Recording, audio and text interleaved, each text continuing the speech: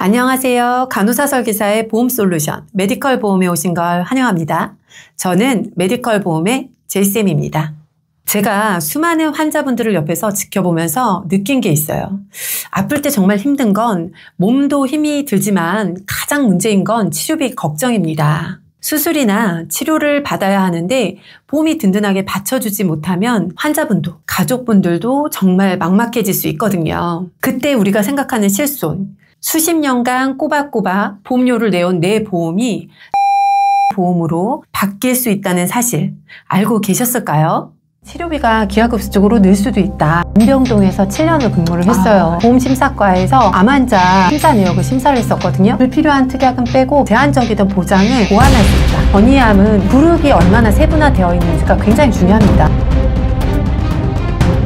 새 정부 출범 이후 실손보험 관련 뉴스 기사가 쏟아지고 있습니다. 올 4월 새 정부 출시 이전에 실손보험 개혁안이 발표됐습니다. 2025년 말 신규 실손보험, 즉 5세대 실손보험 출시를 앞두고 있는 상황에서 새 정부에서 추진하는 실손 선택형 특약상품까지 출시된다고 해서 소비자들의 혼란이 가중되고 있습니다. 새 정부에서 추진하는 실손 선택형 특약 상품은 구체적인 내용과 자료가 나오면 다시 한번 정리해드리도록 하겠습니다. 오늘 영상은요, 특히 1세대, 2세대 실손보험 가입자분들 이 영상을 끝까지 보셔야 합니다. 왜냐하면요, 정부와 보험업계가 5세대 실손보험이라는 큰 변화를 준비 중인데 이게 단순한 개편이 아니라 실손보험 판을 완전히 흔드는 대변화이기 때문입니다.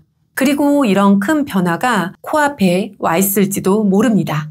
왜냐하면 재가입 주기가 있는 실손보험의 경우 2026년 7월부터 순차적으로 5세대로 재가입해야 할 수도 있기 때문입니다. 저도 병원에서 일하면서 보험업에 일하면서 자주 봤습니다. 보험 청구하려면 서류가 너무 복잡하고 심사는 까다롭고 게다가 이제는 내가 가입한 보장 내용마저 모르는 사이에 바뀐다고 하니 불안하실 수밖에 없죠. 예를 들어서 목 디스크 때문에 도수 치료 받는다고 해볼까요? 지금 2세대 가입자라면요, 100만 원 치료비 중 본인 부담금을 제외한 80에서 90만 원 정도는 환급이 됩니다. 그런데 변화되는 5세대 실손보험으로 전환 후라면요, 도수 치료 후 청구 시 보장에서 제외된다는 답변을 들을 수 있습니다. 변화되는 5세대 실손보험에 대해 알지 못하고 보험사가 알아서 비슷한 수준으로 변경해주겠지 하는 생각을 갖고 계신다면 이에 대한 정확한 대비를 못할 수 있습니다. 오늘 영상에서는 5세대 실손보험에 대해 집중 분석하고 영상 마지막에는 세대별 솔루션도 드릴 예정입니다. 여기서 제이쌤이 짚어드릴게요. 대한민국의 국민 약 4천만 명이 가입된 실손보험.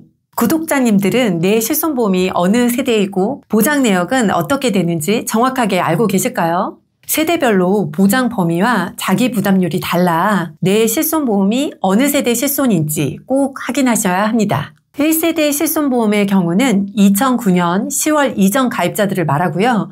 통원 자기부담금 5,000원, 입원 의료비에 거의 전액 보장이 가능하고 80세, 90세, 100세로 평생 유지 가능한 국민 효자보험이라고 불렸었죠.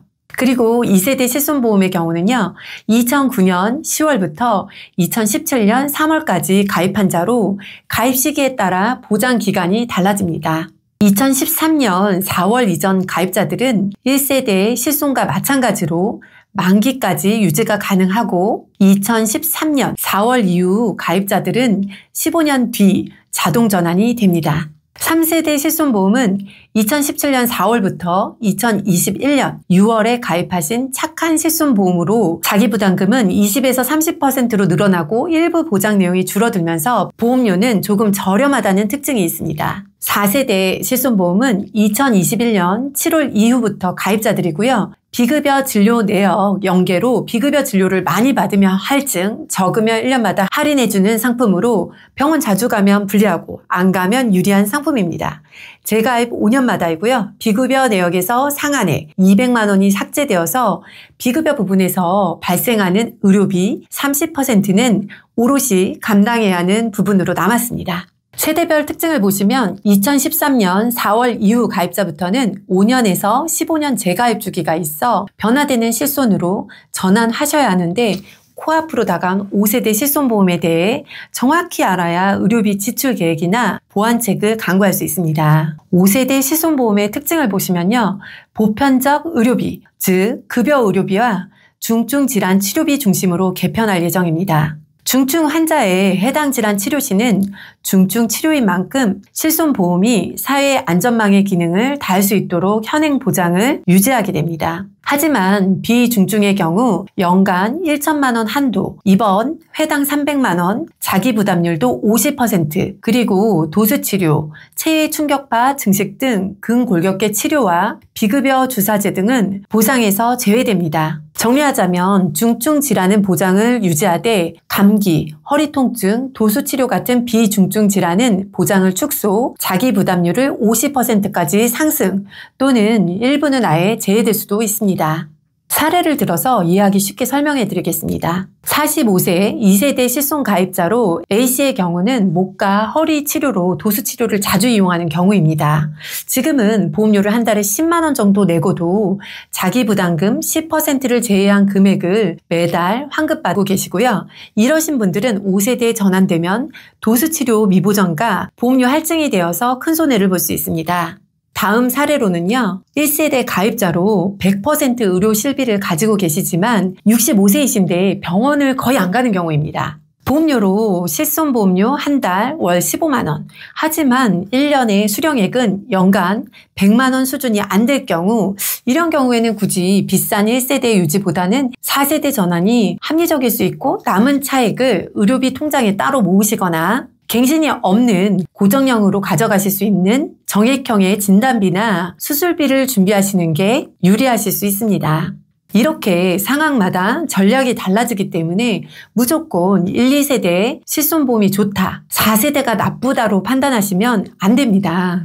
자, 그럼 여기서 우리가 1세대를 유지할 건지 4세대로 전환할 건지 결정하기 전에 체크해야 할 포인트가 있습니다. 3가지 질문인데요. 나는 병원을 자주 가는가? 그렇다면 기존 1, 2세대 의료비 본인 부담금이 적은 실손을 유지를 하는 것이 유리합니다. 두 번째, 나는 자동 전환 대상인가? 2013년 4월 이후 가입자라면 가입 15년 후에 무조건 전환이 되기 때문에 이를 대비하여 정액형의 진단비, 치료비, 수술비 등으로 보완하시는 게 좋습니다. 나의 실손보험 가입 시점 반드시 확인하세요. 착한 실손의 경우 재가입 주기가 5년이거든요. 여기도 2026년 7월부터는 전환을 하셔야 돼요. 그리고 마지막 나는 실손보험이 아예 없는가? 그렇다면 5세대에 나오기 전에 지금 4세대 가입이 마지막 기회일 수 있습니다.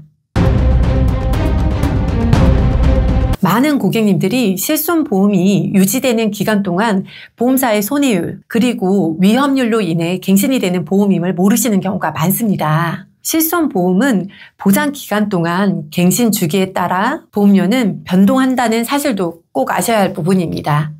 보험은 내일의 나를 지켜주는 최소한의 안전망입니다. 오늘 이 영상을 그냥 넘기느냐 아니면 내 보험을 제대로 점검하느냐에 따라 앞으로 10년, 20년의 병원비가 완전히 달라질 수 있습니다.